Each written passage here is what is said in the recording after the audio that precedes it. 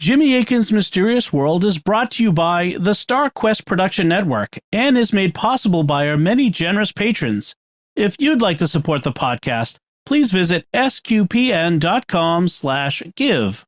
Previously on Jimmy Akin's Mysterious World. You're listening to episode 249 of Jimmy Akin's Mysterious World, where we look at mysteries from the twin perspectives of faith and reason. In this episode, we're talking about the World War II Nazi Hess conspiracies. My preliminary bottom line is that Rudolph Hess acted on his own initiative. It's quite surprising, but the evidence suggests that Hitler did not send him to Scotland, and the British did not know he was coming.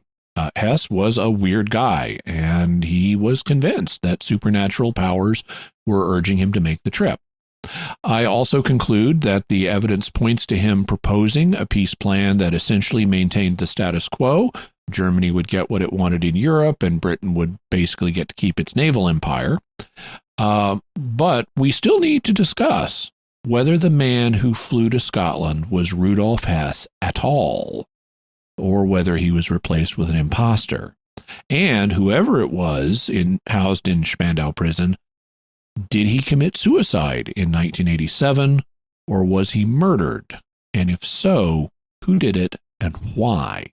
Thus, next time, we'll be doing both an identity theft investigation and a murder investigation. It should be fun.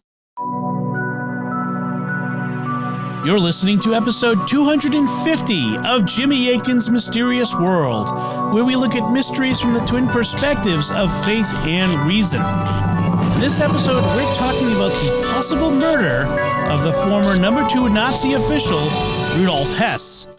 I'm Dom Bettinelli, and joining me today is Jimmy Akin. Hey, Jimmy. Howdy, Dom.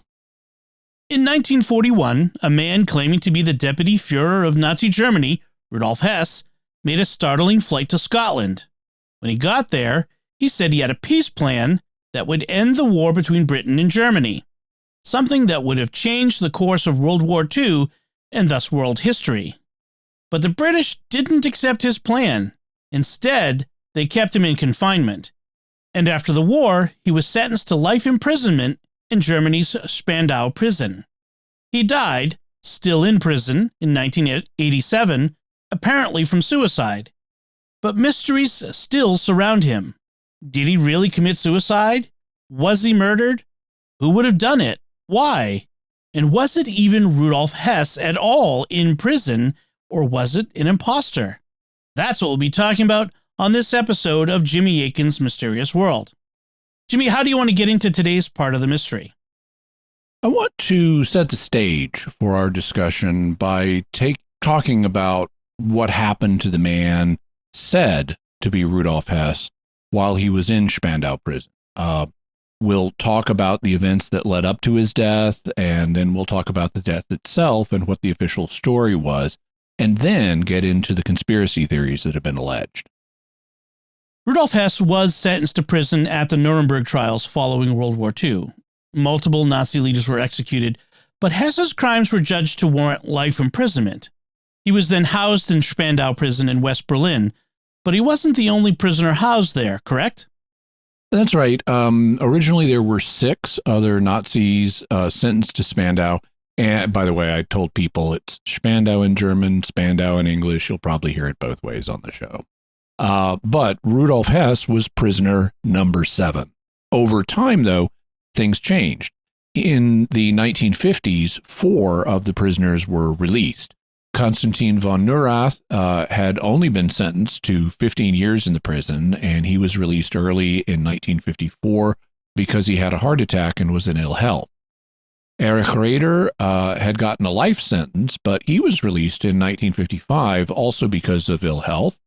Karl Dönitz had a 10-year sentence, and he was released in 1956 at the end of his sentence. And Walter Funk, another lifer, was released in 1957, again because of ill health, and he died of complications from diabetes a few years later. That left Rudolph Hess and 2 others in the prison, but the other 2 were released in 1966. Albert Speer had been sentenced to 20 years in the prison, and his sentence was up in 1966. The same was true of Baldur von Schirach. So he also got out in 66, and that left Spandau 7, Rudolph Hess, the only prisoner in a facility built to hold 600. He remained in Spandau for 21 years until his death in 1987.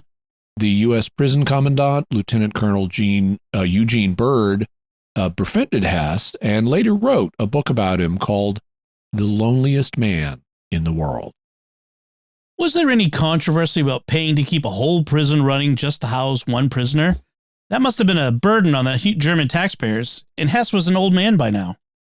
Yes, there was some controversy. When the other prisoners were released in 1966, Hess was 72 years old. That was considered quite old by the standards of the day, though not so much anymore. And it cost West German taxpayers about 800,000 Deutschmarks each year to keep the prison running just for him. That would be about 2 million Deutschmarks today after the relatively low inflation that the German government has caused, because the German government is far less reckless than the U.S. government is with inflation, due to their horrific experience with the Weimar hyperinflation that we discussed in episode 199. Put in American terms, it was costing the German taxpayers about $2 million a year to keep him in prison back then, and that translates into almost $10 million a year today because of the much higher rate of inflation that the U.S. government causes. So yes, there was a question of whether it was really worth it to spend that much money keeping one old man in prison, especially when he was old and only getting older. Then why wasn't he released? Some people felt that he was an unrepentant Nazi and deserved to serve his sentence. But others thought that you can't keep someone in jail just because they hold Nazi views. They have to actually be guilty of crimes. And some held that Hess was wrongfully convicted at Nuremberg. For example, his son Wolf thought that and publicly argued that his father had been wrongfully convicted. He worked mainly on the civilian side of things and wasn't directly involved in the Nazi war effort. So, Hess wasn't one of the war plotters. He was doing civilian Nazi stuff, and he'd left Germany early in the war, so he couldn't be convicted of war crimes and genocide that were ordered by the Nazi leadership later on. So he'd been found not guilty of war crimes and crimes against humanity at Nuremberg. Further, he'd left Germany on a peace mission, and it was a dangerous peace mission since he could have been shot down by the British and killed before he even landed, which is what they tried to do. In an essay defending his father, which we'll have a link to, Wolf wrote, I will not go into detail here about this shameful victor's trial of the vanquished, except to note that even the tribunal's allied judges had to exonerate my father of the charges of war crimes and crimes against humanity. But they ruled that he, the one man who had risked his life to secure peace, was guilty of crimes against peace, and on that basis sentenced him to life imprisonment. The court's treatment of Hess is alone more than enough to dismiss the Nuremberg tribunal as a vengeful victor's kangaroo court that merely pretended to be a genuine forum of justice. Others, while not going that far, also felt that Hess should be shown mercy. In fact, in 1950, Winston Churchill even argued that Hess should be let go, partly because of his frantic peace mission and partly on psychological grounds. Churchill wrote, reflecting upon the whole of the story, I'm glad not to be responsible for the way in which Hess has been and is being treated.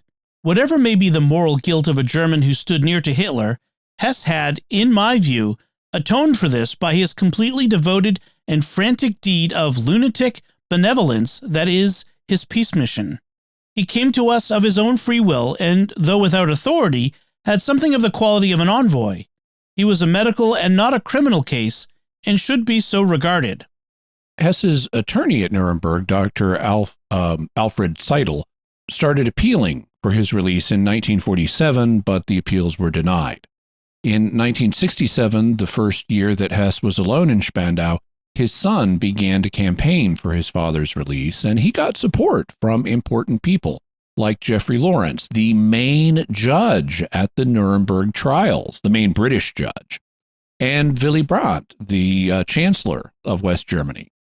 Wolf Hess also started a petition to get his father released, and by 1974, it had 350,000 signatures. But these efforts did not bear fruit. Wikipedia explains, Gotha states that Wolf Hess's efforts to free his father ultimately backfired as he conflated the question of whether his father deserved release on humanitarian grounds with the question of whether his father was guilty. Wolf argued that his father was unjustly imprisoned to hide the UK's war guilt, arguing that millions of lives could have been saved if only Churchill had accepted Hess's peace offer in May 1941. Rudolph Hess also kind of sabotaged the efforts to get him free. You see, in his 70s, he wouldn't have been much of a physical threat to society, but he could still be an ideological threat. There was concern that if he got out of prison, he might start making public statements and stirring up pro-Nazi people in Germany. Even though the Nazi Party was now outlawed, neo-Nazism was still a problem in Germany, and there are still some neo-Nazis in Germany today. And there were a lot more back in 1966, just 20 years after the war. So people didn't want him getting out of prison and becoming a leader of the neo-Nazi movement. Hess countered this concern by promising that he wouldn't make public statements upon his release. And yet he secretly and repeatedly drafted public statements that he planned to make upon his release. In 1986, a Soviet guard caught the Protestant chaplain of Spandau, Pastor Charles Gabel, trying to smuggle out a 17-page statement by Hess, which led to the chaplain being fired. I have to say, I think that's hilarious. Hess saying, "Oh no, I won't make any public statements after my release," when he's already drafting them and trying to get them smuggled out. Who was saying no to the request for Hess to be released? Well, that's the thing. After World War II, there were 4 Allied powers in control of Germany: America, Britain, France, and the Soviet Union. And they divided the nation up into 4 zones, each one under the control of one of the 4 powers. They also did the same thing for the capital, Berlin, which they split into 4 Allied zones. As the post-war rebuilding of Germany proceeded, 3 of the zones, the American, British, and French, merged, and they became the state known as West Germany. But the Cold War was now heating up, and the Soviet Union used its influence to keep their sector separate, so it became a second nation known as East Germany. Even the capital, Berlin, remained divided, or the former capital, and the Soviets built a wall through it known as the Berlin Wall, which separated West Berlin from East Berlin. The position of West Berlin was precarious because Berlin is actually located in what was East Germany, and West Berlin was only linked to West Germany by narrow highway and railway connections. In the Cold War, there was a lot of concern that one of the Soviets' first moves in World War III would be invading West Berlin and then West Germany. And the Berlin Wall was a focus of attention. It was there to keep people from escaping the harsh conditions in East Germany and coming to the West, and people could be killed for trying to get over the Berlin Wall. This was the era that I was born in, so I had grown up my whole life without there being a unified Germany. It was always West Germany and East Germany, and all of the associated Cold War tensions. Berlin and the Berlin Wall played a prominent role in our near miss with nuclear war during the Cuban Missile Crisis, which we talked about in episode 213 and also in episode 214, and then the secret Cuban Missile Crisis in episode 228. We also came close to nuclear war in the 1980s, as we talked about in episode 64 and 65 on the Third Secret of Fatima, and as we'll talk about in future episodes. But eventually, a new Soviet leader, Mikhail Gorbachev, came to power and began a reform program in the Soviet Union. He also tried to dial back the Cold War tensions with the West. And in 1987, U.S. President Ronald Reagan went to the Brandenburg Gate in West Berlin and made a famous speech. You can hear how enthusiastically the crowd of West Berliners react. He said, General Secretary Gorbachev, if you seek peace, if you seek prosperity for the Soviet Union and Eastern Europe, if you seek liberalization, come here to this gate. Mr. Gorbachev, open this gate.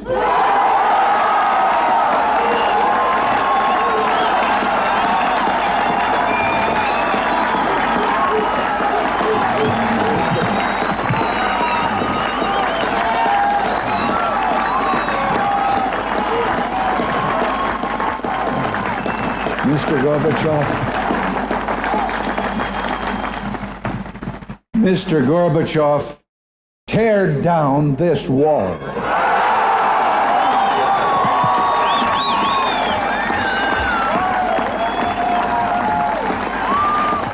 Well, that didn't happen immediately, but because of Gorbachev's reform efforts, things started loosening up in the Soviet Empire, and East Germany decided to draft a new policy allowing greater travel between East and West Germany. They held a press conference to announce the new, less restrictive policy, but the guy running the press conference hadn't been fully briefed, and he was asked questions about the new policy that he didn't have the answers to. So he started improvising, and the press conference went sideways. As a result, the Western press, which was being heard by Germans on both sides of the border, started to report that the East German government had decided to open the border to everyone and that the gates at the Berlin Wall were open wide. This caused a huge crowd of more than 70,000 people to gather at the wall and exercise what they thought was their new freedom to cross at will. The German guards were taken off guard by this and didn't know what to do. None of their superiors were willing to take responsibility for using lethal force to stop the people from crossing. The East German guards were vastly outnumbered by the crowds, and so the Berlin Wall disintegrated. People started crossing at will. People climbed up on the wall and started dancing and partying. And since Mr. Gorbachev hadn't done it yet, people started tearing down the wall on their own initiative. Wikipedia explains, Mary Elise Surratt, in a 2009 Washington Post story, characterized the series of events leading to the fall of the wall as an accident, saying, "One of the most momentous events of the past century was in fact an accident, a semi-comical and bureaucratic mistake that owes as much to the Western media as to the tides of history." Finally, at 10:45 p.m. on 9 November, Harold Jaeger, commander of the Bornholmer Strasse border crossing, yielded, allowing guards to open the checkpoints and letting people through with little or no identity checking. As the East Germans swarmed through, they were greeted by West Germans waiting with flowers and champagne amid wild rejoicing. Soon afterward, a crowd of West Berliners jumped on top of the wall and were soon joined by East German youngsters. The evening of 9 November 1989 is known as the night the wall came down. Removal of the wall began on the evening of 9 November 1989 and continued over the following days and weeks, with people nicknamed Mauerspechte wallpeckers using various tools to chip off souvenirs, demolishing lengthy parts in the process, and creating several unofficial border crossings. Television coverage of citizens demolishing sections of the wall on 9 November was soon followed by the East German regime announcing 10 new border crossings. Crowds gathered on both sides of the historic crossings, waiting for hours to cheer the bulldozers that tore down portions of the wall to reconnect the divided roads. While the wall officially remained guarded at a decreasing intensity, new border crossings continued for some time. Initially, the East German border troops attempted repairing damage done by the wallpeckers. Gradually, these attempts ceased, and guards became more lax, tolerating the increasing demolitions and unauthorized border crossing through the holes.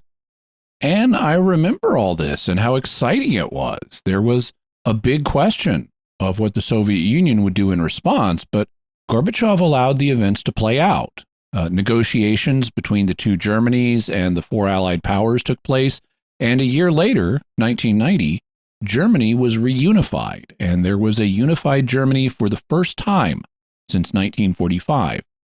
This also was one of the key events leading to the collapse of the Soviet Union, which happened the year after that in 1991, which we'll also talk about in a future episode. That was such an amazing time, and what a privilege it was to witness it with my own eyes on TV. It had been so hard to imagine that such a thing could happen. It's amazing. I get a little emotional remembering it. Yeah, it was really amazing.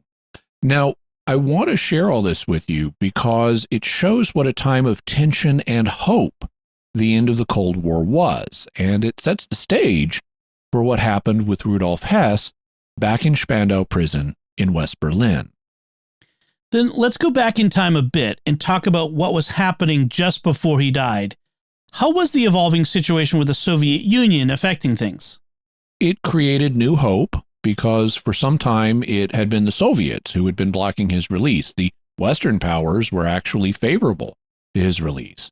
The four powers had been operating Spandau on a rotating basis. Each one of the four would take control of the prison for a month and then relinquish command to the next in line. So there would be an American month, a British month, a French month, and a Soviet month. Each nation had control of the prison for 3 months, separate ones, during the course of the year. And by the 1980s, the Western powers had begun favoring the idea that Hess should be released from prison, but the sticking point was the Soviets, who always refused. They were the people saying no to giving Hess his freedom. Lord James Douglas Hamilton explains, There was a widespread feeling in Germany that Hess was being used by the Russians as a pawn in East-West relations, and that they would not release him without major concessions in other fields from the British, Americans, and French stationed in West Berlin. For the last years of Hess's life, the governments of Britain, the USA, and France would have preferred to free Hess, but they were not willing to make an international issue over his release with the Russians. it was suspected, for example, that one of the reasons the Soviets didn't want to release Hess was that as long as he remained in Spandau, which was in West Berlin, they, the Soviets, had a foothold in Western territory. And that foothold would, let them get spies into West Germany. There may also have been another reason that they didn't want him out. Nesbitt and Van Acker write, according to the distinguished German historian Werner Masser, Hess was temporarily released from his cell on the night of 17-18 March 1952, at a time when the Russians were guarding Spandau. Without the knowledge of the Western powers, he was taken to a secret location where he met senior officials of the German Democratic Republic.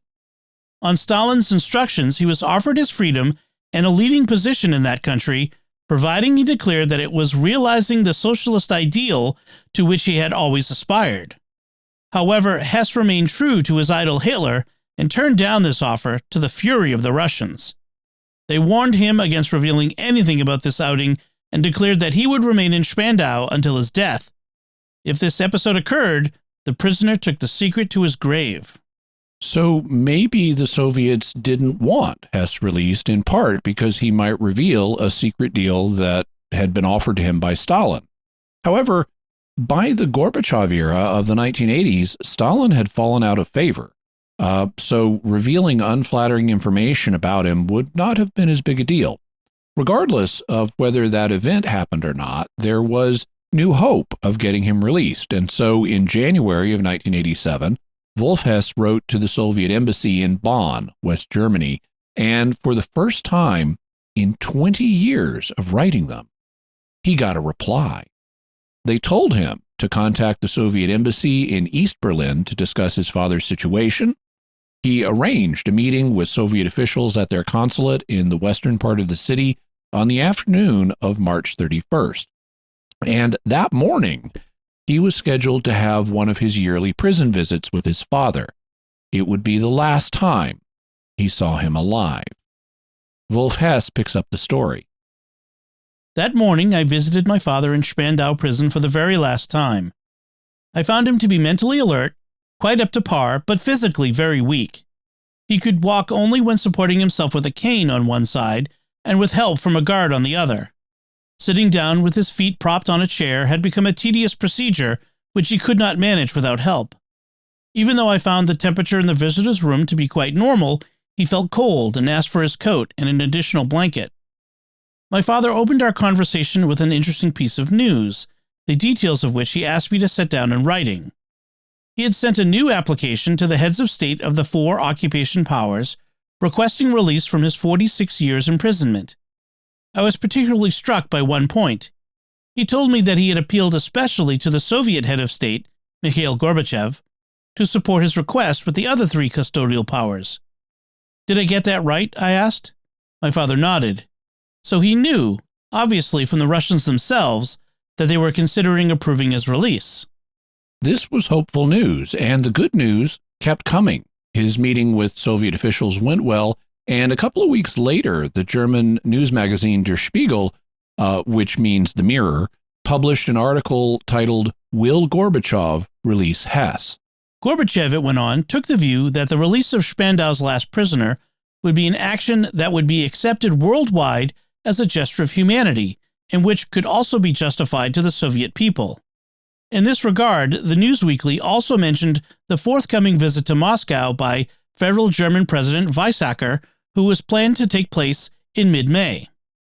Also, on April 13, 1987, a private German citizen wrote a letter about the Hess case to the German language service of Radio Moscow. The letter of reply, dated June 21, 1987, declared, "As can be hoped from the most recent statements of our head of government, Mikhail Gorbachev, your long years of efforts for the release of the war criminal Rudolph Hess will soon be crowned with success." So it looked like Rudolf Hess might be released very soon. But then, suddenly and without warning, Wolf got a message. On Monday, August 17, 1987, a journalist informed me in my office that my father was dying. Later, at home, I received a telephone call at 6:35 p.m. from Mr. Darrell W. Keene, the American director of the Spandau prison, who informed me officially that my father had died. The official notification, which was in English, read as follows: "I am authorized to inform you that your father expired today at 4:10 p.m. I am not authorized to give you any further details." Wolf and Hess's Nuremberg attorney, Dr. Seidel, immediately flew to West Berlin, but Mr. Keene, the American who was in charge of Spandau since it was an American month, said he couldn't let them in, presumably because investigations into the death were still happening. But they didn't want contamination of the crime scene, but he promised to give them an update later in the day. Later that day, he called them and read them the text of a press release that was about to go out. It said, "Initial examination indicated that Rudolf Hess attempted to take his own life. In the afternoon of August 17, 1987, under the customary supervision of a prison guard, Hess went to a summer house in the prison garden where he always used to sit. When the guard looked into the summer house a few minutes later, he discovered Hess with an electric cord around his neck. Attempts were made at resuscitation, and Hess was taken to the British military hospital. After further attempts to revive Hess, he was declared dead at 4:10 p.m. The question of whether this suicide attempt was the cause of his death is the object of an investigation, including a thorough autopsy, which is still in progress." Exactly 1 month later, on September 17th, the 4 allies published an official statement summarizing the results of their investigation, and it said, 1. The 4 powers are now in a position to make the final statement on the death of Rudolf Hess. 2. Investigations have confirmed that on August 17, Rudolf Hess hanged himself from a window latch in a small summer house in the prison garden using an electric extension cord which had for some time been kept in the summer house for use in connection with a reading lamp.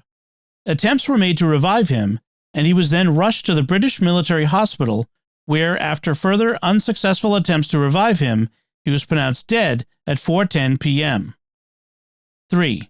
A suicide note addressed to Hess's family was found in his pocket. The note was written on the reverse side of a letter from his daughter-in-law dated July 20, 1987.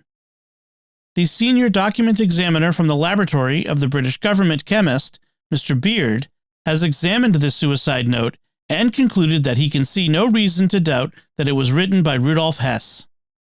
4. A full autopsy was performed on Hess's body on August 19 in the British Military Hospital by Dr. Malcolm Cameron. The autopsy was conducted in the presence of medical representatives of the four powers. The report noted a linear mark on the left side of the neck consistent with a ligature. Dr. Cameron stated that in his opinion, death resulted from asphyxia caused by compression of the neck due to suspension. 5. The investigations confirmed that the routine followed by staff on the day of Hess's suicide was consistent with normal practice. Hess had tried to cut his wrists with a table knife in 1977. Immediately after this incident, warders were placed in his room and he was watched 24 hours a day. This was discontinued after several months as impracticable, unnecessary, and an inappropriate invasion of Hess's privacy. So the conclusion was that Hess had a history of attempting suicide, and he finally achieved it. When he was left alone in the summer house on prison grounds, he wrote a suicide note and then managed to hang himself using the electrical cord of a reading lamp. He didn't manage to kill himself totally immediately. Hess was only mostly dead, and there's a big difference between mostly dead and all dead. If he had been all dead, then the only thing to do would be to go through his clothes and look for loose change. But he had so gravely wounded himself that they were unable to revive him, even once he was taken to the British Medical Hospital, and so he died. At least, that's the official story. The question is, how much of it is true? And before we get to talking about the true story, we'd like to take a moment to thank our patrons who make this show possible, including Zach W., Gyro C., Adam F., Kyle J., and Kevin S. Their generous donations at sqpn.com/give make it possible for us to continue Jimmy Akin's Mysterious World and all the shows at StarQuest, and you can join them by visiting sqpn.com/give. Jimmy Akin's Mysterious World is also brought to you in part by Catechism Class, a dynamic weekly podcast journey through the Catechism of the Catholic Church by Greg and Jennifer Willits. It's the best book club, coffee talk, and faith study group all rolled into one. Find it in any podcast directory.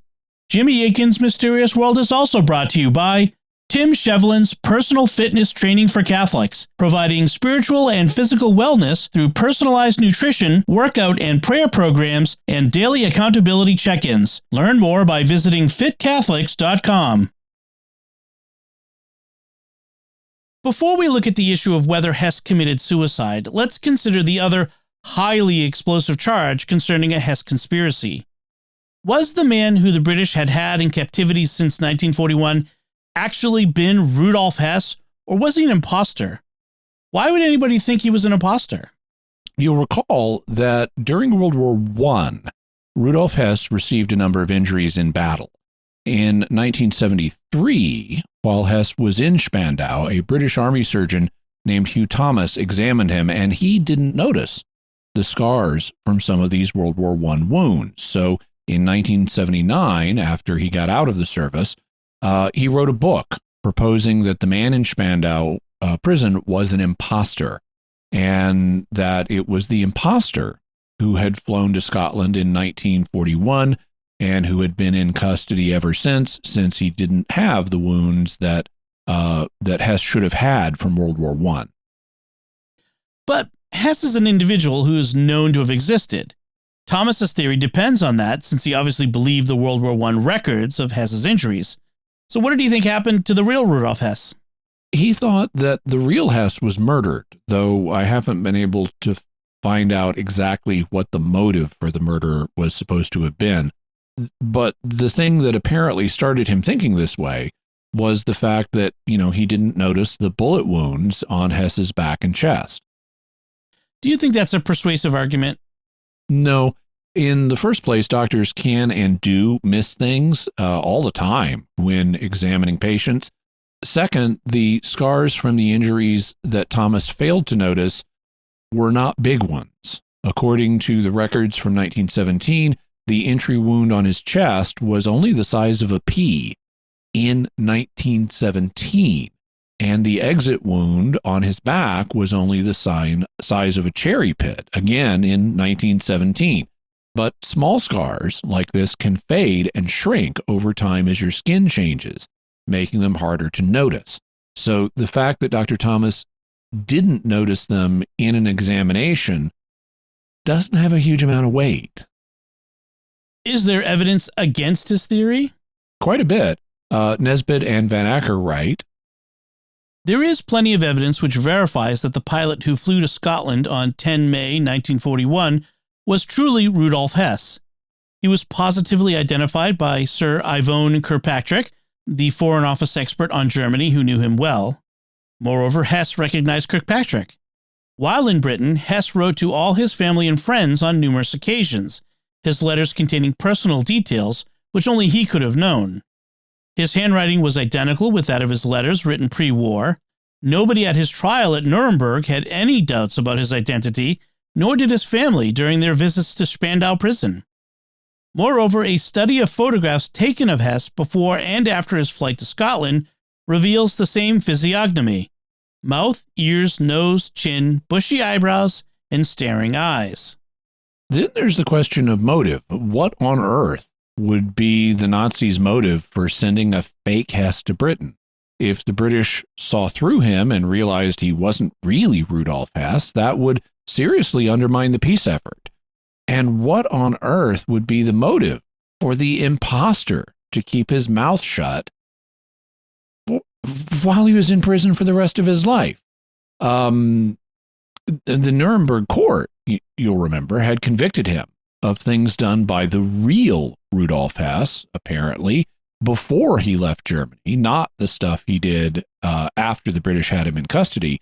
So what would stop the imposter from saying, hey, I'm not him, I'm innocent of these charges, so let me out? After all, the Nazis had been smashed as a result of the war. They weren't in power anymore, and they wouldn't be able to hurt the prisoner. That means it makes no sense, either from the perspective of the Nazis or from the perspective of the imposter. Oh, and by the way, those wounds that Dr. Thomas failed to notice, well, it turns out they were still there. Nesbitt and Van Acker write, the question of these tiny scars was also raised with Hess by a Protestant pastor, Charles Gable, who attended him in Spandau prison. In his book, Gable wrote, I told him what had been written in the newspapers about Thomas's book. Hess laughed heartily and told me that 2 British doctors, the director of the military hospital and a surgeon, had visited him to have a look at these famous scars, which they found, although they were not very visible. Hess also showed the scars to his wife when she visited him in Spandau. He opened his shirt, pointed to the chest wound, and said, you see, the scar is still there, don't worry. It has grown smaller, but it is still there. And then, in 2019, we got DNA evidence. How did we get that? Wasn't Hess's body eventually cremated?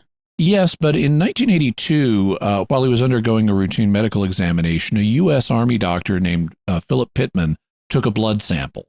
A pathologist then put some of the blood on a slide for examination under a microscope, and the slide was kept at Walter Reed Army Medical Center in Washington, D.C. for teaching purposes.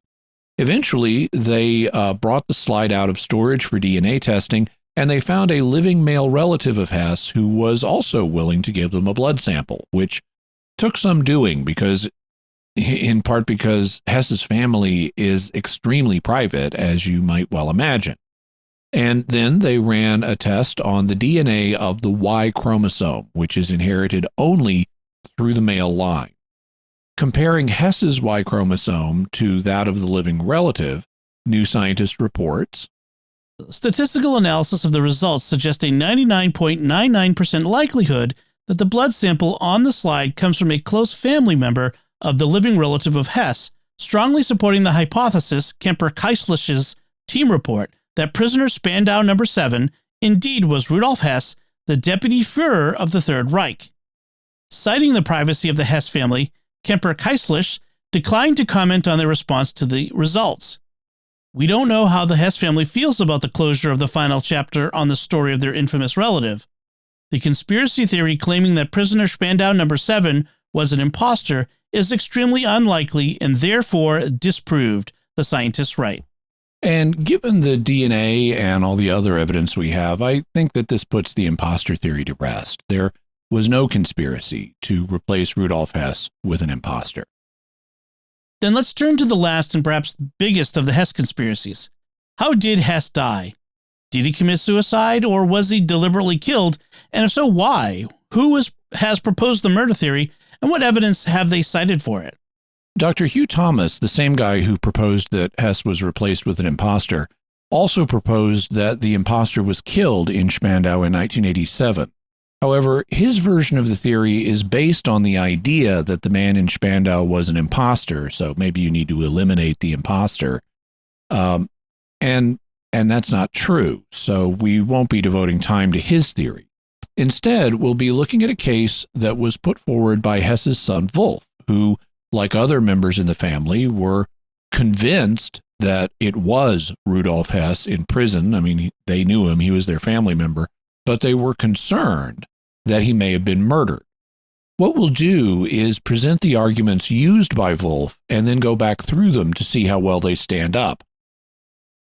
Perhaps the first and most obvious thing that could suggest murder is the fact that after all these years, it looked like Hess was finally going to be released, and that's something he looked forward to. So why would he kill himself on the eve of freedom? People tend to kill themselves when they're despairing, but Hess had not only hope, but an expectation of being released. And if he'd lasted in jail for 46 years, without seeing his family and everything, why couldn't he just wait a few more months and then he'd get to be with them? That question goes to what Hess's motive for suicide at this particular time would have been. But we can turn the question of motive around. Whoever killed Hess would need a motive for killing him at this particular time. What do supporters of the murder theory propose that the motive was? It was the fact that he was likely to be released in the near future. As long as he remained in prison, his ability to communicate with outsiders was extremely limited, and somebody was afraid that he would say things on the outside once he was free to give interviews that they didn't want said. We saw earlier that the Soviets might have been embarrassed by what he might be able to say about the offer Stalin allegedly made to him, but Wolf thinks that it was the British and the Americans who would be harmed by potential revelations, so he thinks that the British and Americans were responsible. Why does he think that? Because this is what he was told the day after his father's death. Hess died on Monday, August 17th, and on Tuesday, August 18th, Wolf spoke with a member of the Israeli intelligence service, the Mossad, from South Africa. He apparently spoke to this person by phone, but in February of the next year, Wolf's wife went to South Africa and brought back the Israeli agent's testimony in the form of an affidavit, which read as follows. I have been questioned about the details of the death of the former German Reich Minister Rudolf Hess. Reich Minister Rudolf Hess was killed on the orders of the British Home Office. The murder was committed by two members of the British SAS, Special Air Service, 22nd SAS Regiment, SAS Depot, Bradbury Lines, Hereford, England. The military unit of the SAS is subordinated to the British Home Office, not to the Ministry of Defence. The planning of the murder, as well as its direction, was carried out by the British Security Service MI5. The Secret Service action, whose aim was the murder of Reich Minister Rudolf Hess, was so hastily planned that it was not even given a code name, which is absolutely not customary. Other secret services which had been privy to the plan were the American, the French, and the Israeli. Neither the Soviet KGB nor the GRU nor the German secret services had been informed. The murder of Reich Minister Rudolf Hess had become necessary because the government of the USSR intended to release the prisoner in July 1987 in connection with German President von Weizsäcker's forthcoming visit to Moscow. but President von Weizsäcker was able to negotiate an extension with the head of the Soviet government, Gorbachev, until November 1987, the next Soviet period in the Guard cycle. The two SAS men had been in Spandau prison since the night of Saturday-Sunday, August 15 to 16, 1987. The American CIA gave its consent to the murder on Monday, August 17, 1987. During Reich Minister Rudolf Hess's afternoon walk, the two SAS men lay in waiting for the prisoner in the prison garden summer house and tried to strangle him with a 4.5-foot-long cable. Afterwards, a suicide by hanging was to be faked. But as Reich Minister Rudolf Hess put up a fight and cried for help, which alerted at least one American Guard soldier to the attack, the attempt on the prisoner's life was broken off and an ambulance of the British military hospital was summoned.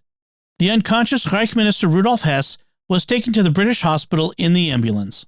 So the day after his father's death, Wolf was being told that it was a hastily planned assassination attempt that was carried out by two British Special Air servicemen at the orders of the British Home Office, with the consent of the American CIA, and with foreknowledge of the event also on the part of the French and the Israelis.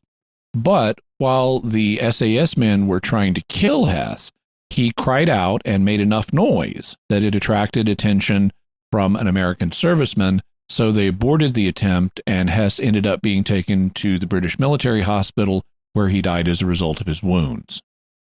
That's a pretty dramatic story. Did any further testimony emerge to support it? Yes.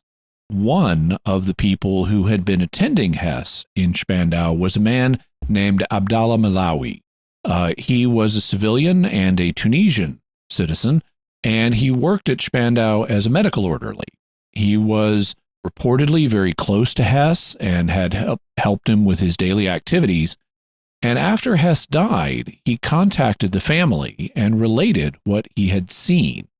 He also put this in an affidavit, which said, "When I arrived at the garden summer house, I found the scene looking as though a wrestling match had taken place.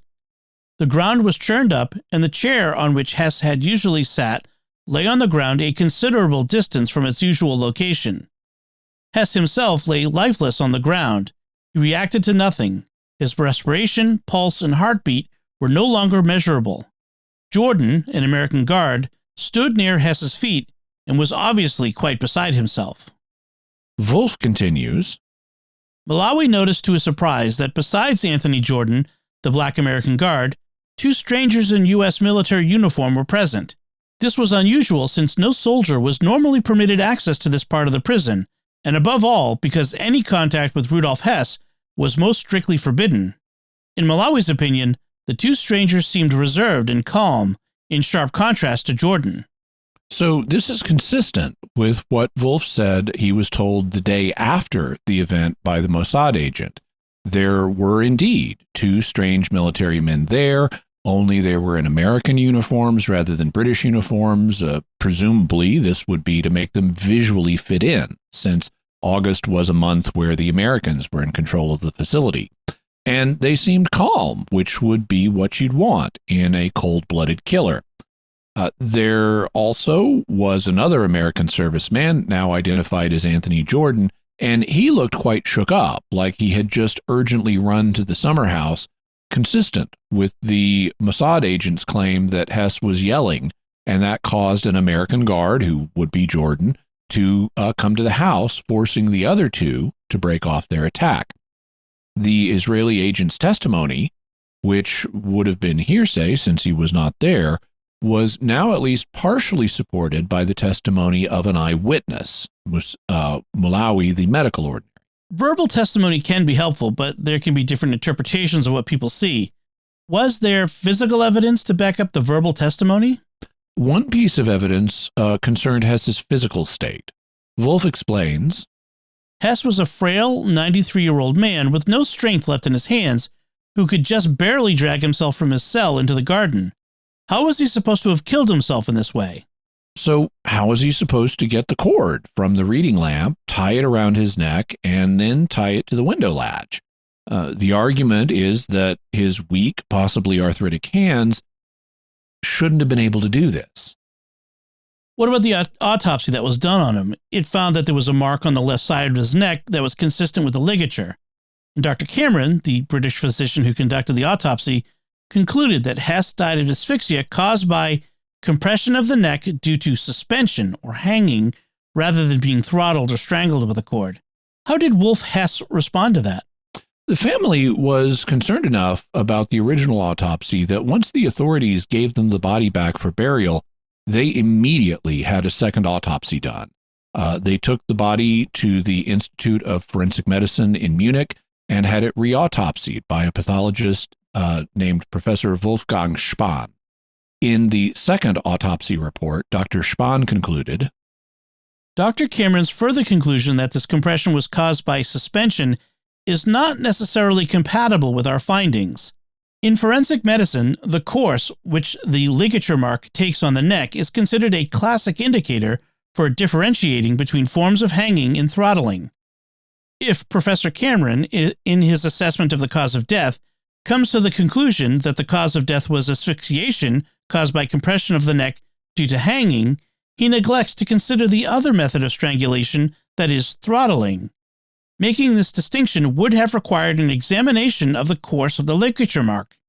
The precise course of the mark is not given in Professor Cameron's autopsy report.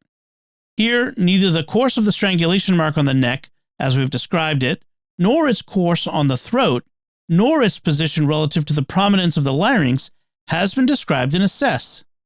Since on the uninjured skin of the neck, where the possibility of distortion through the suture of the dissection incision is ruled out, an almost horizontal course of the strangulation mark could be identified. This finding, as well as the fact that the mark on the throat obviously was not located above the larynx, is more indicative of a case of throttling than of hanging. He further wrote, Under no circumstances can the findings be readily explained by a so-called typical hanging. The burst blood vessels, which were observed in the face, caused by blood congestion, are also not compatible with typical hanging. So Dr. Spahn found that the mark on Hess's neck and the burst blood vessels on his face were not consistent with a typical hanging, and he proposed throttling as the means of strangulation, that is, someone using the lamp cord to choke him. Another piece of physical evidence that the Four Powers cited in favor of the suicide view was a suicide note that they found in Hess's pocket. What did the note say, and what evidential value does it have? I've seen the note translated in slightly different ways from the German, just minor variations in wording, but with the same substance. And in essence, it said, Please would the governors of the prison send this home, written a few minutes before my death.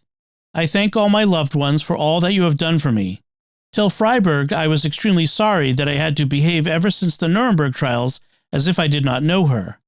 There was nothing else I could do, since otherwise all attempts to free me would have been useless. I had looked forward to seeing her again. I have received photographs of her as well as all of you, your eldest one. Freiburg was a nickname that Hess had for his secretary Hildegard Fath from before he left Germany in 1941. Back during the Nuremberg trials, Hess had for a time been faking amnesia. He later admitted that he was faking at least some of the amnesia, but he pretended not to know his own secretary, and he felt that this pretense was necessary for the attempts to get him freed, so he apologizes to her for that in the note. He also thanks his family for all they've done for him, which would include the letters and visits that they'd been making to the prison, and all the photographs and home movies that they'd sent him during the visits. As to the evidential value of the letter, it says that it was written just a few minutes before his death, and it was written on the back of a letter that came from his daughter-in-law, Wolf's wife. This letter was dated July 20th, 1987, and the prison presumably would have records of it being received. In any event, the July 20th date would indicate that it was written between that date and his death on August 17th, and that would indicate it was a recent note written on a recent letter that Hess was known to have received. On its face, that would suggest that it was a recent suicide note, and that would suggest that Hess's death was a recent suicide. But his son obviously wasn't convinced. Was there something wrong with the note? Was it not written in Hess's handwriting or something? Wolf didn't challenge the idea that it was written by his father. He says, "This letter was handed to the family more than a month after the death. We were told that it first had to be examined in a British laboratory. It did seem to be my father's handwriting, although considerably distorted, as it was whenever he was suffering as a result of emotional upheaval, health problems, or even medication." So Wolf accepted that it was written in his father's handwriting and thus that Rudolf Hess wrote it. But he found it suspicious that the Four Powers apparently didn't find the note in Hess's pocket for 1 or 2 days after his death. That could leave time for the note to have been planted on him. And he found it suspicious that the examination of the note was done by the British lab, since it was the British he primarily suspected for his father's death. He also thought that it was significant that the note wasn't dated. It didn't say August 17th, 1987 at the top. But it was written on the back of a letter Hess had received less than a month earlier in July 1987. If he agreed that his father wrote it, why wouldn't that show that it was a recently written suicide note? In essence, he thought it was an earlier note, something his father had written, but years earlier when he was previously in danger of death. What he thought happened in this case was that the British took a previous note and then transferred it to the back of a recent letter to make it look like it was new. Why would he think that? Because of what the note said. Wolf explains, "This note did not reflect the thinking of Rudolf Hess in 1987. Rather, it reflected thoughts of his some 20 years earlier. The content mainly concerns Freiberg, his one-time private secretary, about whom he had been concerned in 1969 when he had a perforated ulcer in the duodenum and was near death. Moreover, it was signed with an expression, 'your eldest one,' that he had not used for about 20 years. There's another clue in the letter's text that indicates its date. The phrase, 'I did get pictures of her, as of you all,' would have made sense only during the period before Christmas 1969, because until that Christmas he received nothing but photographs of Freiberg and us. As of Christmas 1969, he was visited by members of his family and received more pictures from Freiberg, who was not allowed to visit him since she was not family. Considering the precise way my father expressed himself, this sentence can only have been written before December 24, 1969. Written in August 1987, this sentence makes no sense at all." Wolf thus argues, "It can now be concluded that a farewell letter written by my father almost 20 years earlier in expectation of his death, and which was not handed over to the family at that time, was used to produce this 1987 forgery. For this purpose, the text was transformed by some modern means onto the back of a letter my father had received recently from us. The censorship stamp, Allied Prison Spandau, which normally appeared, without exception, on every piece of incoming paper he received for more than 40 years, was conspicuously absent from our letter to him of July 20th, 1987. Finally, the supposed suicide note bore no date, which was contrary to my father's routine practice of always prefacing whatever he wrote with the date." So that's how Wolf explained the apparent suicide note. Did Wolf have other evidence he cited in favor of the murder hypothesis? He also noted that the role taken by British citizens in the events surrounding his father's death was really outsized, despite the fact that it was the Americans who were in charge of Spandau the month his father died. He writes, "The two men the Tunisian orderly Malawi saw in American uniform, who were most probably Rudolf Hess's murderers, were from a British SAS regiment. The death was established in the British military hospital to where my father was brought in a British ambulance. The death certificate is signed only by British military personnel. The autopsy was carried out by a British pathologist. The British prison director, Mr. Anthony Letizier, supervised the prompt destruction of all telltale evidence, such as the electric cable, the garden house, and so forth. The officials of the Special Investigation Branch, SIB, that investigated the death were all British citizens and were headed by a British major. The alleged suicide note was supposedly found 2 days later in the pocket of Hess's jacket by a British officer and was examined by a British laboratory. Mr. Alan Green, the British Director of Public Prosecution, halted an investigation into my father's death begun by Scotland Yard, which had recommended a full-scale murder investigation after officials there had found many inconsistencies. And so, he concludes, Rudolf Hess did not commit suicide on August 17, 1987, as the British government claims. The weight of evidence shows instead that British officials, acting on high-level orders, murdered my father. And that's the essence of his case. We've now presented the case that Rudolf Hess was murdered. How would you summarize the case? It seems to me that there are essentially 7 arguments to consider. 1, it was strange that Hess would kill himself when it looked like he was about to be released. 2, there was an affidavit of the Israeli intelligence agent that fingered the British. 3, there was testimony of the medical orderly who came across the scene. 4, there was Hess's physical health, which made it questionable whether he had the physical wherewithal to hang himself. 5, there was the second autopsy, which suggested that he did not die by hanging, but by throttling. 6, there was the suicide note, whose contents may have indicated an earlier date, that it was actually written a long time ago.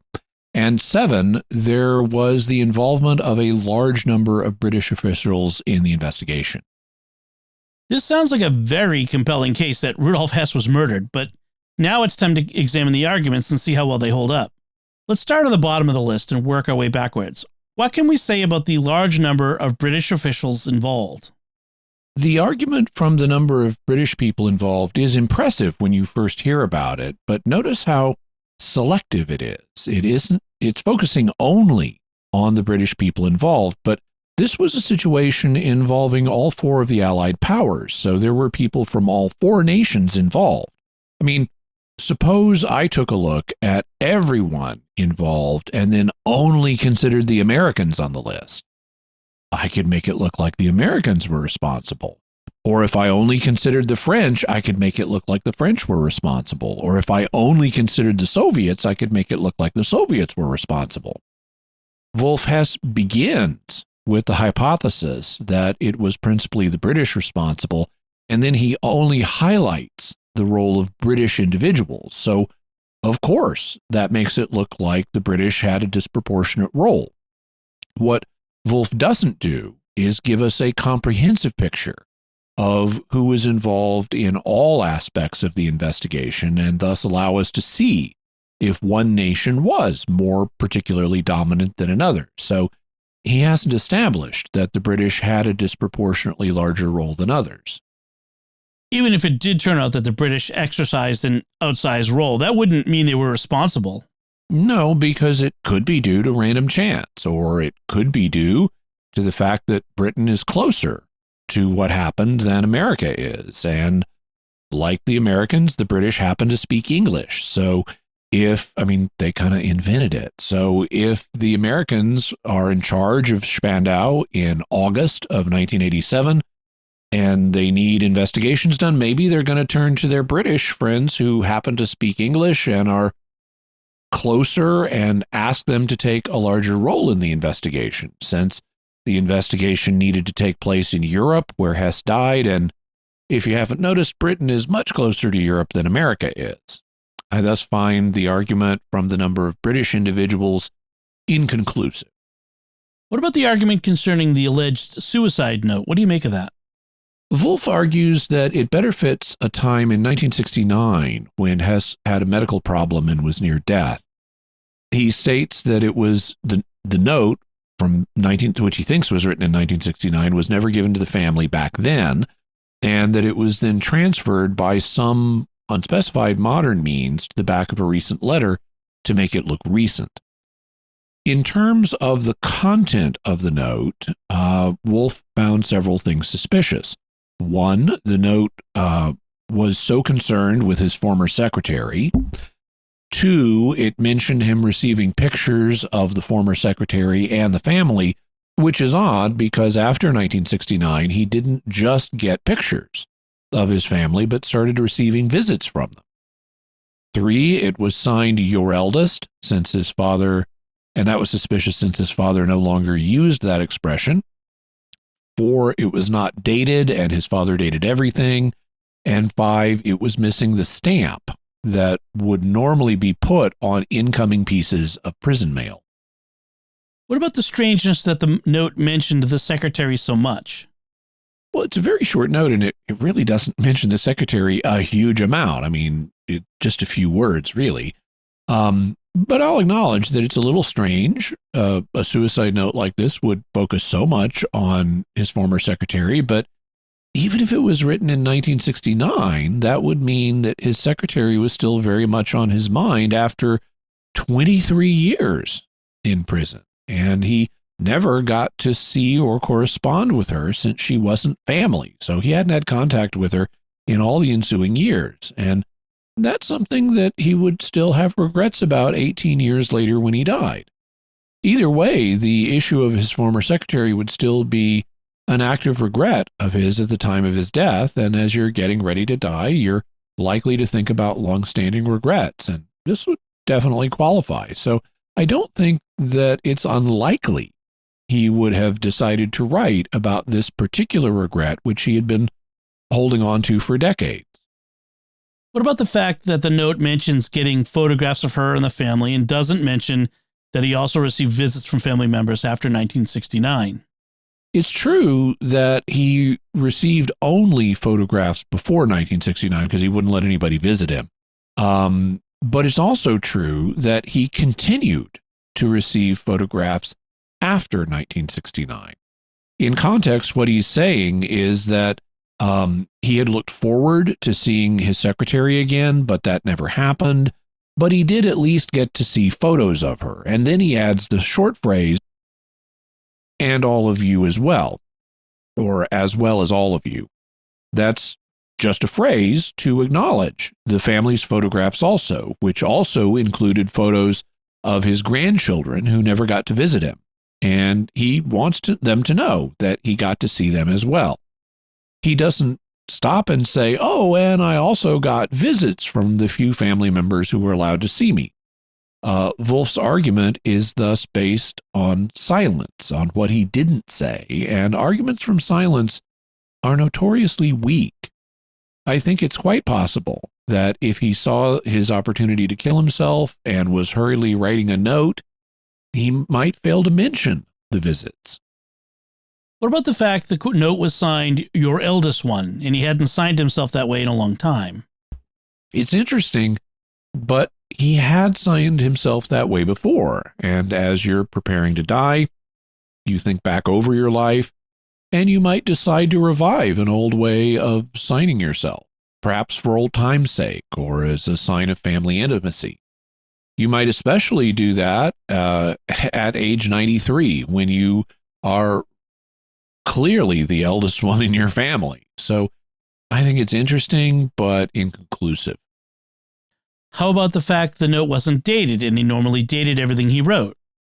If he seized an unexpected opportunity to kill himself and was hurriedly writing a note before his attendant came back, he might not put a date on the note. Also, he did put a time marker in it, the equivalent of a date. Right up at the top, it says that it was written a few minutes before his death. And since the family would know the date of his death, that was the equivalent of a date notation. How about the fact that the note was written on didn't have the prison receiving stamp? I don't think that's particularly significant because either way you look at it, it's a screw up. If the letter was received and processed normally, they should have stamped it. And if it was intercepted and never delivered to Hess and diverted to someone else, then they failed to stamp it. So either way you go, somebody screwed up here. So I would say, well, in the first place, bureaucracies, including prison bureaucracies set up to guard just one guy, can get lazy and make mistakes. And that's the obvious explanation. When the letter came in, they just failed to stamp it. Further, what scenario are we supposed to envision that would explain the absence of the date? The letter was written on July 20th from inside of Germany, as I understand it, and it would have arrived at the prison within a few days. Either it got to the prison and the intelligence agency had a mole inside the receiving office, in which case the mole who intercepted the letter should have stamped it as normal so that it would look normal. Or it was intercepted before it got to the mail receiving office. That would explain the lack of the stamp, but it would mean that it was intercepted basically a month before Hess was executed. And that conflicts with what the Mossad agent said, which was that the operation to kill Hess was so hastily put together that it didn't even have a code name. So why were they intercepting and stealing letters to use for a suicide note a month before they were going to try? The simpler solution is just that it was a lazy garden variety bureaucratic mistake. Some kind of mistake had to happen no matter what way you go. It sounds like you find the points Wolf raised about the note inconclusive. Do you see any reasons to reject his theory that it was written in 1969? If it was written in 1969, why didn't they deliver it to his family back then? Now, it could be because it was a farewell note, and since Hess didn't die in that year, the note was never sent. But in that case, why did the prison authorities keep it? I mean, perhaps it would be because they kept copies of everything they had on Hess, but then that would require someone 18 years later to both remember that they had this letter on file, this note from Hess on file, and remember that it could be passed off as a suicide note in 1987. And they would have to realize this, find the note, and then transfer it to the back of a recent letter during an operation that was so hastily planned it didn't even get a code name. And that seems quite improbable. I'd also like to know what the transfer method was. I mean, you can propose magical, perfect image transfer methods, but I'd like to know what the method was and see evidence that it existed in 1987.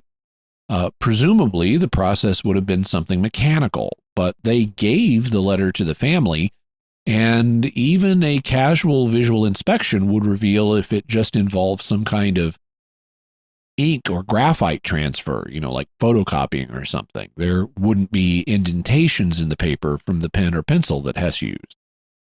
What if the transfer method involved using a pen or pencil to create indentations on the paper? In that case, you would actually be putting pen to paper, so why not just use a forger? Intelligence agencies have lots of skilled forgers, and the penmanship doesn't have to be perfect. Wolf acknowledged that the penmanship wasn't perfect. It was distorted, either due to the effects of age or anxiety on his father's writing style. And rather than use some special image transfer method, just have a forger do a quick suicide note. That would be easy and much more in keeping with a hastily planned operation. Finally, if the note was written in 1969, why does it say it was written a few minutes before my death? In 1969, Hess had a perforated ulcer in his duodenum, and maybe that put him in danger of death, but how was he able to predict that his death would happen within a few minutes, and yet he pulled through? That's not the way end-of-life situations usually play out. I mean, you may foresee that you'll die within a few days or maybe hours, but if you know you're going to die within minutes, you're so far gone that you won't be able to write a letter at that point. The idea that he believed his death would occur within minutes, and yet he was able to write a letter, is much more suggestive of a suicide death than a death due to a medical condition. Because in a suicide case, you're planning on killing yourself in a few minutes. That's how you know about the few minutes part, but you're not incapacitated yet, so you can still write the letter. The idea that he believed his death would occur within minutes, and yet he was able to write a letter, is thus much more suggestive of suicide. So I don't think the arguments about the suicide note provide significant support for Wolf's case. Then let's look at the results of the second autopsy that the Hess family had performed. The doctor who did it said that the ligature mark on the neck and the burst blood vessels on the face were difficult to square with a typical hanging. This wasn't a typical hanging. That's the answer. In a typical hanging, people tie a rope or cord or on something high up above them, and they stand on a high surface like a chair and then jump off or knock the chair over. That's what produces the angled ligature mark on the neck. But this isn't what Hess is said to have done. Nesbitt and Van Acker write, Tony Letizier points out that there was no suspension of the body from a noose with the feet off the floor, as is the usual method when people commit suicide by hanging. Hess had removed his outer garments, looped the cord around his neck, and slumped to the floor with his legs splayed out in front of him. That would explain why the ligature mark on the neck was at a different angle than normal. Also, he was probably trying to push himself downward to apply force to his neck, and in his struggles to do that, blood vessels in his 93-year-old face may have burst. The efforts to revive him also could have put strain on him, and that could have caused the blood vessels to burst. So this was not a typical suicide by hanging, and so we would expect some differences, given that he was using a window latch and that he was not hanging with his body straight downward, but slumping towards the floor with his feet splayed out in front of him. How about his ability to tie the cord around his neck and the window latch? Wolf thought he didn't have the strength in his hands to do this and cited the fact he needed help tying his shoelaces. Hess's condition may have been more robust than this makes it sound like. Nesbitt and Van Acker write, With regard to Hess's medical condition, Malawi supervised him on an exercise bicycle every morning. Hess wore a truss and probably found bending to tie up his shoelaces difficult, but he could certainly write legibly and thus tie a knot. So Hess was fit enough to ride an exercise bicycle every morning. The reason he needed help tying his shoelaces was that he also wore a truss, making it difficult for him to bend to reach them. And he could write legibly, meaning his fingers were strong enough and nimble enough to manipulate a pen. That suggests he could summon the strength and dexterity needed to unplug a lamp cord, wrap it around his neck, and tie it to a window latch. It may not have been easy for him to do those things, but it doesn't have to be easy, just possible for a determined man like him to accomplish. What about the testimony of Malawi, the medical orderly, and what he saw at the scene? He said the furnishings of the summer house had been disturbed and there were two calm men in American uniforms, as well as the one guard who was shaken up. I think Malawi is truthfully reporting what he saw, but that doesn't mean he was interpreting it correctly. Once again, Nesbitt and Van Acker respond, There were 4 reading lamps in the porta-cabin and thus more than one cord. The 2 men in American uniform were medics who had been called to assist in the resuscitation, and in fact continued to do so with Malawi himself.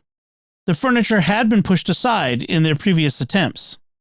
And despite the fact that the location where all this happened is described as a summer house, it was indeed very small. It was a movable structure known as a porta-cabin. And if it had 5 men in it, Hess, Malawi, the guard, and the 2 other men, you definitely need to shove furniture aside to attend to Hess as he's lying on the floor. The disordered furniture thus isn't a good sign of a struggle because it's equally explained by urgent efforts to save his life. The fact that 2 men were calm as they and Malawi tried to revive Hess also isn't suspicious. Medics are trained to be calm in urgent life-saving situations. It's what you want them to be. Whereas a guard who stumbled into this situation may be totally rattled from having to urgently summon medical help for Hess. Possibly, he ran back to get the help and then ran back to the porta-cabin, making himself unsettled and out of wind and getting his adrenaline up. And notice, The identities of the two men apparently were known. I haven't been able to determine what their names were in the sources that I've looked at, but it appears that they were known American military medics who were assigned to Spandau.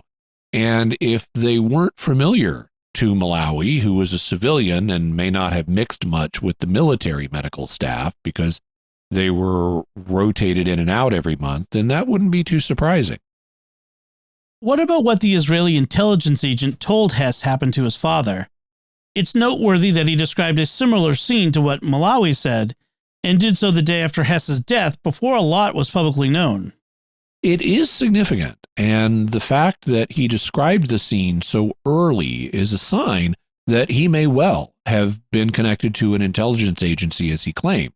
Apparently, he spoke with Wolf by phone the day after the death, and ordinarily, if someone calls me on the phone and tells me they represent the Mossad or any intelligence agency, I'd be suspicious. Anybody can claim to be a spy with secret knowledge, and I'd want some evidence that this is true. The fact Malawi later confirmed what this source said about the people in the summer house was significant, because at the time the source allegedly revealed the information to Hess, it wasn't publicly known. That would have, but it would have been known to the four powers. And that suggests that the source was in contact with people inside the four powers' military or intelligence services. But that doesn't mean he's telling the truth about what happened. Intelligence services play games all the time, like all of U.S. Air Force counterintelligence agent Richard Doty's lies to Paul Benowitz and the UFO community, which we talked about in episode 143 and episode 144. In fact, the term disinformation was coined by Soviet intelligence. So we have to take seriously the possibility that this was a disinformation operation. Yeah. Let's suppose for the moment that, and you always have to take that into consideration when you're dealing with an intelligence agency. So let's suppose for the moment that the person was part of the Israeli intelligence service, the Mossad. What motive would he have to call Wolf Hess out of the blue and tell him his father was murdered? Was it just out of the goodness of his heart? If, as he said, the Israelis had advanced knowledge of the plot, he just implicated his own intelligence service and or government leaders in a criminal conspiracy.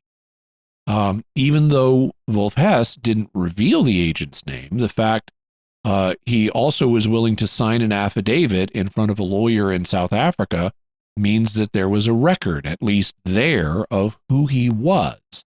And there can't be that many Mossad agents in South Africa. So the Mossad, especially not ones who had knowledge of this situation, so the Mossad likely would have been able to identify him with phone records and things like that. If his bosses didn't approve of him leaking this information to Hess, he was taking a big risk of jail time and possibly treason charges, especially since Israel is an ally of the Western powers, and accusing the British of murder with approval by the Americans, who are their biggest ally, could harm Israeli national interests. What if his bosses approved of the leak?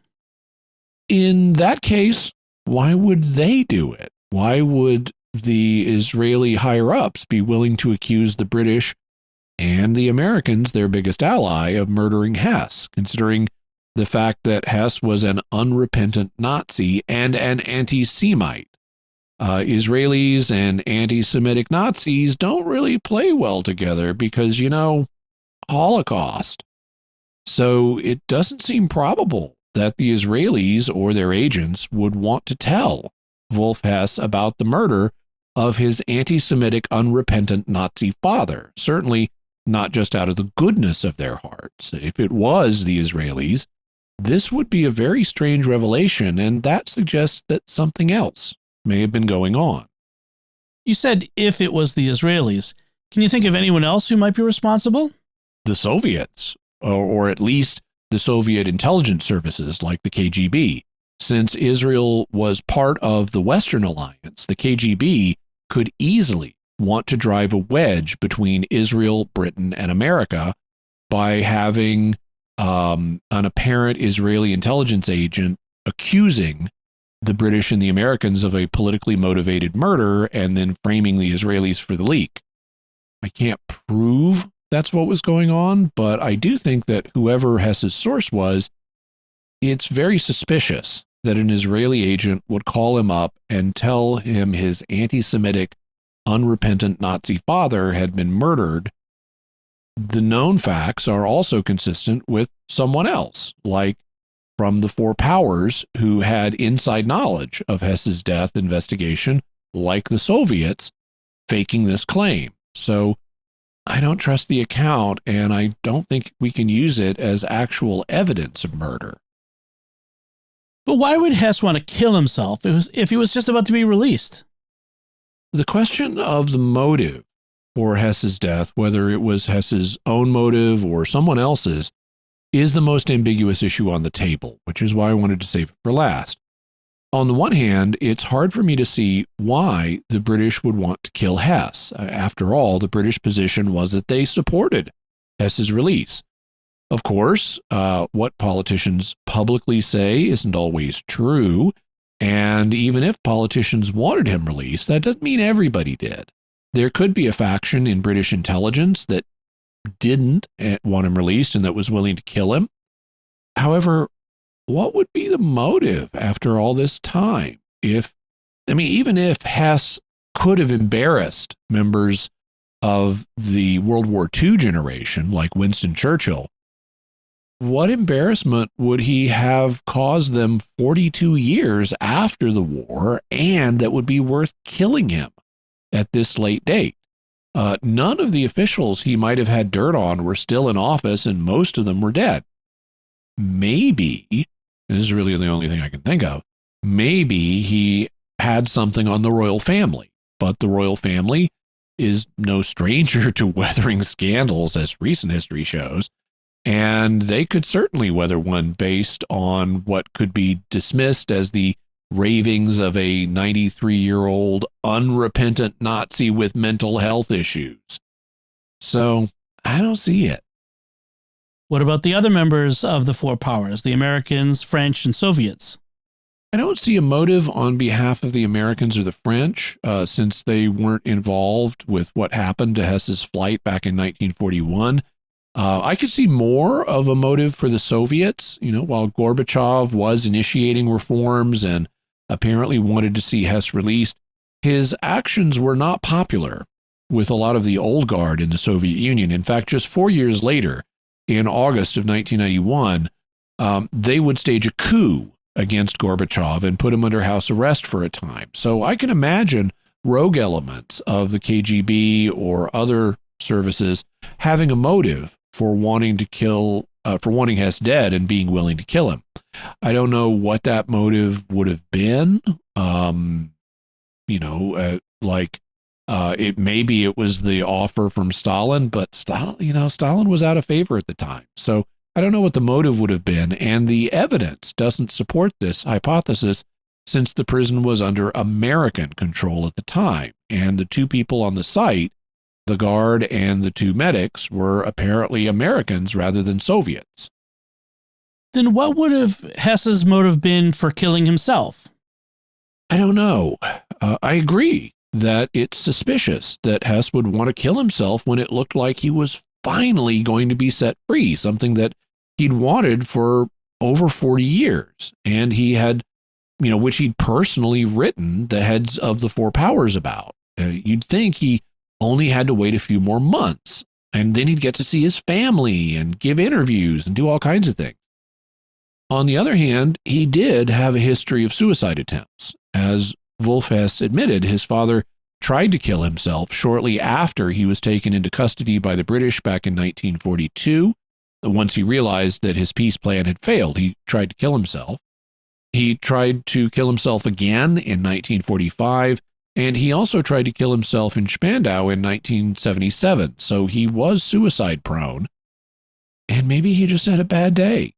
in 1987. Maybe he thought his release was taking too long, or maybe he despaired of ever getting out before his death, given that he was now 93 and in poor health. All the authorities, had to do was delay a bit longer and he would die of old age in prison. So maybe he got depressed and had a bad day, suffering aches and pains from old age, and on that day he saw an opportunity to end his suffering when he was left alone in the summer house and decided to take the opportunity and end his life. I don't claim to know that that is what happened, but I do think it's a possibility. Anytime we discuss suicide on this show, we always make it a point that suicide's not the answer. Yeah, suicide is never the answer, and there is help. When people are tempted to kill themselves, it's because they're suffering, but there are ways to relieve suffering, and there are people who care and who will help. From anywhere in the world, you can Google suicide prevention and find resources in your area. Here in the United States, you can call the National Suicide Prevention Hotline free of charge by calling 988. This is a new number, and it's just 3 digits. It's like when you call 911 for emergency services in the U.S. You can now call 988 from anywhere in the U.S. for the Suicide and Crisis Prevention Hotline. And there's help everywhere else in the world, too. So people don't have to suffer, and people do care. Just reach out. Jimmy, what can we say about Rudolf Hess from the faith perspective? Not a lot. All the answers are pretty obvious. Attempts to make peace, good. Nazism, bad. Totalitarianism, bad. Racism, bad. Anti-Semitism, bad. Genocide, very bad. Enough said. Very good. So, Jimmy, what's your bottom line on these conspiracy theories concerning Rudolf Hess? As we saw in last episode, Rudolf Hess acted on his own initiative when he made his flight back in 1941. The evidence suggests that Hitler did not send him to Scotland and that the British did not know he was coming. And the evidence points towards him proposing a peace plan that would essentially maintain the status quo. Germany would basically get to do what it wanted in Europe, and Britain would basically get to keep its naval empire. But the British rejected the plan, and he ended up in Spandau prison after the war. It really was him and not an impostor who was there. I am less sure of how he died. I don't think that the case for him being murdered is strong, but the issue of the motive for his death, whether his own motive for killing himself or someone else's motive for killing him, is not fully clear. As a result, I think that the balance of evidence probably points to suicide, but I cannot rule out the murder theory altogether. Will we ever get more clarity on the issue? Perhaps. The British kept a lot of files on Hess classified for a long time after the war. They had more files than anyone else since he came to their territory. Advocates of the murder view held out hope that their declassification would support the case for murder, but as the documents have been released, they haven't supported it. I have been unable to establish whether there are still classified files on Hess. I've done some checking, but haven't been able to get definitive confirmation. And so there might be still classified files, and if so, we might one day get information that would help us settle the remaining mysteries one way or the other. Jimmy, what further resources can we offer to listeners and viewers? We'll have Richard J. Evans's book, The Hitler Conspiracy, so we'll have a link to that. Also, Lord James Douglas Hamilton's book, The Truth About Rudolf Hess, Nesbitt and Van Acker's book, The Flight of Rudolf Hess, Myths and Realities, Norman Goda's book, Tales from Spandau, Nazi Criminals and the Cold War, Eric Kurlander's book, Hitler's Monsters, A Supernatural History of the Third Reich, Albert Speer's book, Inside the Third Reich, Wolf Hess's essay, The Life and Death of My Father, Rudolf Hess, the British Foreign Office statement about Hess that we read from last episode, President Reagan's Mr. Gorbachev Tear Down This Wall speech, also information about the fall of the Berlin Wall, and New Scientist's article on Hess's DNA. Excellent. So that's it from us this time. What are your theories about the Rudolf Hess imposter and murder theories? You can let us know by visiting sqpn.com or the Jimmy Akin's Mysterious World Facebook page, sending us an email to mysterious@sqpn.com, sending a tweet to @mys_world, visiting the StarQuest Discord community at sqpn.com/discord, or calling our mysterious feedback line at 619-738-4515. That's 619-738-4515. And I want to say a special word of thanks to Oasis Studio 7 for the video and animation work they've done on this episode. If you have need for video and animation services, do check them out. They're available for hire, and you can have a sample of their work by looking at the video version of Mysterious World on my YouTube channel, youtube.com/Jimmy Akin. While you're there, I am trying to grow the channel and get up to 40,000 subscribers. That's my current goal. And a lot of people have said they don't know why more people don't subscribe. They think that the video is, the podcast is of such quality, it ought to be more popular on YouTube. So you can help by liking, commenting, subscribing, and especially hitting the bell notification so that you always get a notification whenever I have a new video, whether it's a Mysterious World video or one of the other videos I do. So thank you for doing that. So, Jimmy, what's our next episode going to be about? Next week, we're going down under. Back in episode 148, we told you about the fearsome Australian drop bears, and we mentioned an extinct Australian animal that is alternately called the Tasmanian wolf, the Tasmanian tiger, and the thylacine. Reportedly, the last thylacine died in 1936, but there have been persistent reports that thylacines still exist in the wild, which would make them cryptids or hidden animals. There also are new attempts to bring thylacines back from extinction using modern DNA technology. So next week, we're going to be going cryptid hunting in search of thylacines with the help of our Australian friends, Matt Frad and the Catholics of Oz. Always great to have them on the show. Folks, be sure to get your very own Mysterious World t-shirt, mug, and more in our merchandise shop at sqpn.com/merch. You can find links to Jimmy's resources from our discussion and links to the mysterious headlines on our show notes at mysterious.fm/250. And remember, to help us continue to produce the podcast, please visit sqpn.com/give. Jimmy Akin's Mysterious World is also brought to you by Fearvento Law PLLC, now assisting clients with expungements and set-asides of Michigan convictions. To learn more, call 231-202-3321 or go to fearventolaw.com, FIORVENTO law.com. And by DeliverContacts.com, offering contact lenses at low prices with free delivery. Visit DeliverContacts.com. Until next time, Jimmy Akin, thank you for exploring with us our mysterious world. Thanks, Dom. And once again, I'm Dom Bettinelli. Thank you for listening to Jimmy Akin's Mysterious World on StarQuest.